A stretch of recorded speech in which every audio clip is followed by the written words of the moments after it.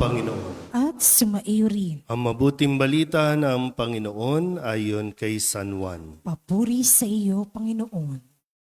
Noong panahong iyon, sinabi ng mga tao kay Jesus, "Ano pong kababalaghan ang maipakikita ninyo upang manalig kami sa inyo? Ano po ang gagawin ninyo?" Tanong nila. "Ang aming mga magulang ay kumain ng mana sa ilang ayon sa nasusulat. Sila'y binigyan niya ng pagkain mula sa langit, dugtong pa nila." Sumagot si Jesus, "Dapat ninyong malamang hindi si Moises ang nagbigay sa inyo ng pagkain mula sa langit, kundi ang aking Ama. Siya ang nagbibigay sa inyo ng tunay na pagkain mula sa langit, sapagkat ang pagkain bigay ng Diyos ay yaong bumaba mula sa langit at nagbibigay buhay sa sanlibutan." "Ginoo," wika nila, "bigyan po ninyo kaming lagi ng pagkain iyon." "Ako ang pagkaing nagbibigay buhay," sabi ni Jesus. "Ang lumalapit sa akin ay hindi na magugutom, at ang nananalig sa akin ay hindi na mauuhaw kailanman." Ang mabuting balita ng Panginoon. Pinupuri ka namin, Panginoong Heso Kristo. Isang magandang umaga po sa inyong lahat. Ngayon po ay Martes sa ikatlong linggo ng Pasko ng Pagkabuhay. At ngayon po ay naririnig natin ang pagsisimula din ng pagpapahayag ni Heso Kristo, ni Jesus, tungkol sa pagkain ng buhay. "Ako ang pagkaing nagbibigay buhay."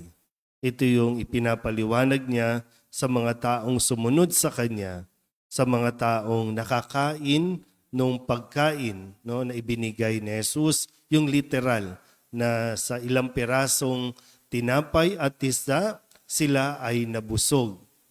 At lumabis pa yung naipon ng mga tira-tira na pagkain, kung kaya't nilinaw ni Jesus yung kanila pong dahilan kung bakit sila sumunod kay Jesus at bakit nila hinahanap si Jesus.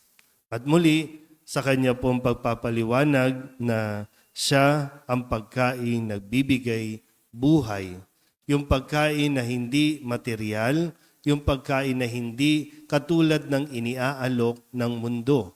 Kasi, totoo naman po, yung mga pagkain na kinakain natin araw-araw, yung kinain natin kahapon, mawawala na yan.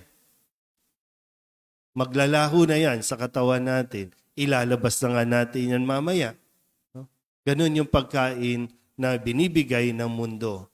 Pero yung nais ay paliwanag ni Jesus ay siya na kung sino man ang tumanggap sa Kanya ay magkakaroon ng buhay, yung buhay na ibinibigay niya.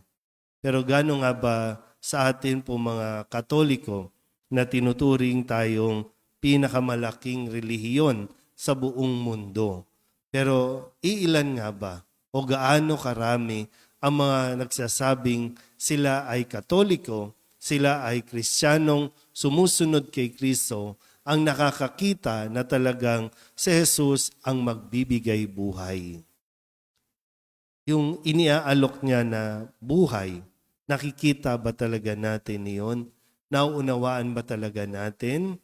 O nandoon pa rin tayo sa kanyang tanong kahapon, bakit niyo ba ako hinahanap? Dahil ba may pagkain? O sadyang nakikita natin si Jesus na tanging kay Jesus lang tayo magkakaroon ng buhay, yung masaya, yung payapa, yung maayos, na sa kabila ng mga problema at pagsubok na mayroon ng bawat isa sa atin, ay mananatili tayo kay Kristo dahil alam nating siya ang makakapagbigay ng sigla sa atin. Lalo na sa mga panahon na naguguluhan tayo, sa mga panahon na hindi natin alam kung saan at ano ang gagawin natin, ang paanyaya ay magtungo tayo kay Kristo. Nasa Kanya at siya lang ang magbibigay ng hinahanap natin. yung maunawaan natin. Kasi kadalasan din po, no? Iba yung ating nakikita sa nakikita ng Diyos. Sa gustong ipakita ng Diyos sa atin. Yung ang pagtingin natin, kailangan natin ng maraming bagay sa mundong ito. Pero ang nakikita ng Diyos, hindi natin kailangan ang mga iyon para maging masaya. Pero sadya po, ulitin ko, kailangan natin ng grasya ng Diyos na makita itong gustong ipakita sa atin ni Jesus. Yung maliwanagan tayo sa kung ano talaga ang magdudulot sa atin ng kaligayahan. Amen?